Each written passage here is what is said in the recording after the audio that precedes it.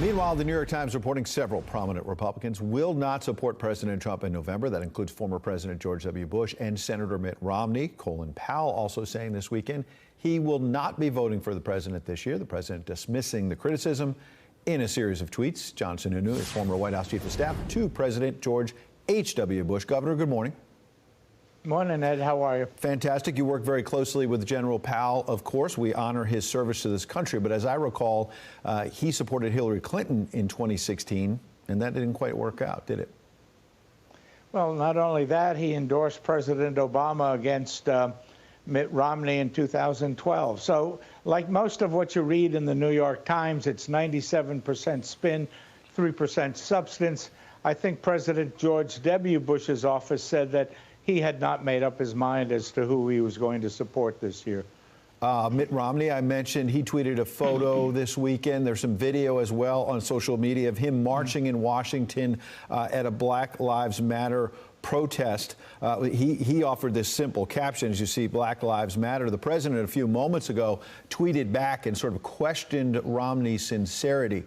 Why can't someone who is a former nominee of the Republican Party speak out however he wants without facing the wrath of this White House?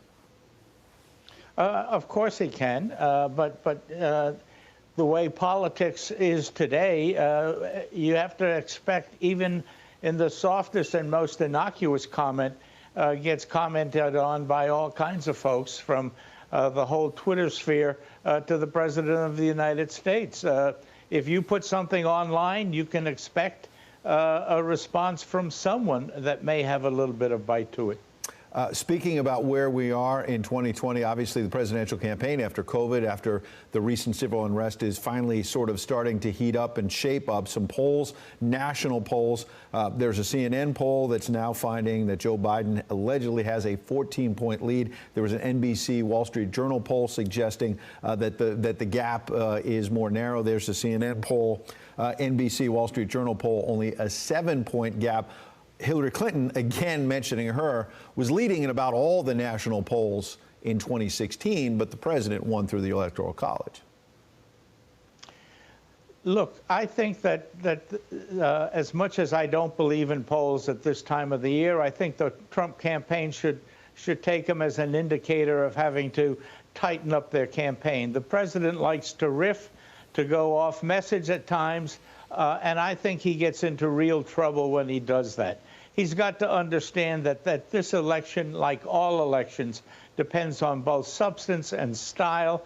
And unfortunately, I think in the last couple of tough issues that he's had to deal with, he's lost control of his style to the point where he may be attractive to his base, but the swing voter, the voter that he needs to bring back, as he did in the 2016 election, really looks at style, sometimes even more than they look at substance. Well, you're making an interesting point, because right now the context, of course, is that there are various reports suggesting, and the president's own housing secretary, Ben Carson, suggested the president may be addressing the nation in some form. We don't know if it'll be an Oval Office address or some sort of speech about race in America. What would be your advice as a former White House Chief of Staff who just said you think maybe the message has gotten away from this White House? What should the president say?